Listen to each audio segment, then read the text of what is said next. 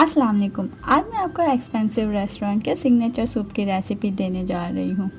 Restaurant में जब हम ये सूप पीते हैं तो पता ही नहीं चलता कि इसमें चिकन रेशा है या चिकन बाइट से ये बना हुआ है, और इतनी कम वेजेस से भी इतना अच्छा टेस्ट आ रहा होता है। एंड ऑर्डर करने के साथ ही क्विकली सर्व भी कर देते हैं। एंड सर्विंग इतनी टेस्टी होती है कि इससे पूरे सूप का टेस्ट ही चेंज हो जाता है।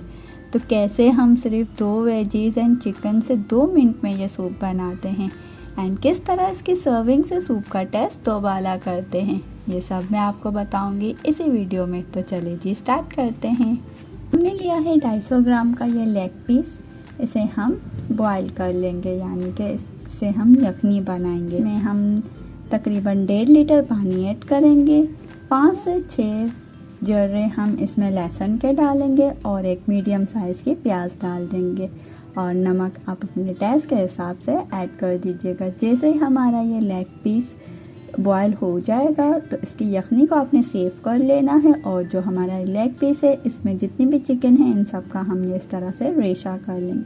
आप चाहें तो बोनलेस चिकन का भी इस तरह से रेशा कर सकती हैं, लेकिन जो लेग पीस होता है ना ये थोड़ा सा जूसी होता है, तो इसकी यखनी भी अच्छी बनती है और इसका रेशा भी अच्छे से होता है। और ये जो है हमारे चिकन बाइट्स हैं, जो बोनलेस चिकन होती है उसके हमने छोटे छोटे से पीसेस बना लिए। इसमें लहसुन पेस्ट और 1 अंडे की हमने इसमें सफ़ेदी ऐड की है, और ब्लैक पेपर 1 टीस्पून ऐड किया है। अच्छे से आपने इन सबको मिक्स कर लेना है। अच्छा, ये जो हमारी चिकन है ना इससे बहुत अच्छा टेस्ट आता है, ये स्टेप आपने स्किप नहीं करना। अच्छे से आपने इसकी मिक्सिंग कर लेनी है, और जो अंडे की सफ़ेदी है ना इसको मिक्स होने में थोड़ा टाइम लगता है, ये थोड़ी सी अलग अलग सी रहती है, तो आपने अच्छे से इसको मिक्स करना है। देखिए जब इस तरह हो जाए तब आपने इसमें 2 टेबल स्पून भर के कॉर्नफ्लोर डाल देना है। कॉर्नफ्लोर से ये है कि जब हम इसे फ्राई करेंगे तो ये थोड़ी सी क्रिस्पी हो जाएगी, और खाने में टेस्ट जैसे हम रेस्टोरेंट में खाते हैं और इसे क्रंची टेस्ट आता है ना, तो वैसा टेस्ट आएगा। तो इसे हम अच्छे से मिक्स करके रख देंगे, और एक फ्राई पैन लेंगे। इसमें आपने कुकिंग ऑयल ऐड करना है, इसे प्री हीट कर देना है, और फिर आपने ये चिकन को इसमें फ्राई कर देना है। अगर आप चाहें तो यूँ हाथों की मदद से भी डाल सकते हैं इसको अलग अलग करके, बट अगर आप इसे स्पून से भी डालेंगे तो ये हम इसको जब चम्मच मारेंगे ना तो ये अलग अलग हो जाएंगी।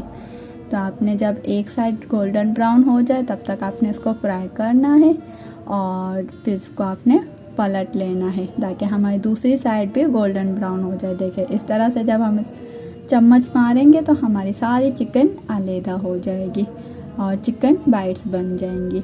अच्छे से इसे फ्राई कर लिया हमने, और जो चिकन यखनी हमने सेव की हुई थी, अब एक कोई सा भी पतीला ले ले, बर्तन ले ले, उसमें आपने वो यखनी ऐड करनी है।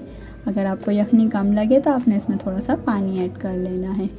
हमने सिर्फ 2 वेजीज ली हैं, बंद गोभी ली थी, इसको जॉलियन कट कर ली है, और गाजर लिया था। दोनों को आपने 4 से 5 टेबल स्पून लेना, 4 से 5 टेबल स्पून बंद गोभी, 4 से 5 टेबल स्पून गाजर लेना है। इसको आपने यखनी में ऐड कर देना है और इसको कवर कर देना है। जैसे ही हमारी ये थोड़ी सी सॉफ्ट हो जाए वेजीज, तब आपने इसमें रेशा किया हुआ चिकन ऐड कर देना है जो हमने लेग पीस का निकाला था, और अगेन आपने इसको कवर कर देना है। जैसे ही ये अच्छे से कुक हो जाए, थोड़ी सी सॉफ्ट हो जाए 5 से 10 मिनट में, और फिर आपने इसमें सॉल्ट ऐड कर देना है। सॉल्ट आपने अपने टेस्ट के अकॉर्डिंग ऐड करना है। 1 टीस्पून आपने इसमें ब्लैक पेपर क्रश किया हुआ ऐड करना है। हाँ, 1/4 टीस्पून आपने चाइनीज़ नमक ऐड करना है।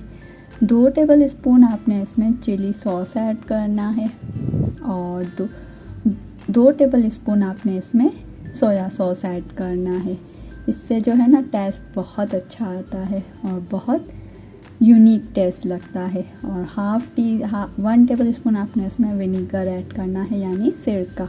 अच्छे से आपने इन सबको मिक्स कर लेना है ताकि ये सारे फ्लेवर्स अच्छे से इस यखनी में कुक हो जाएं। और अंडे के साथ 2 अंडे हम लेंगे, और जिसकी सफ़ेदी हमने चिकन बाइट्स में ऐड की थी ना, वो वाली जर्दी भी आपने इसमें ले लेनी है। इन सबको आपने अच्छे से फेंटना है, और फिर आपने थोड़ा थोड़ा करके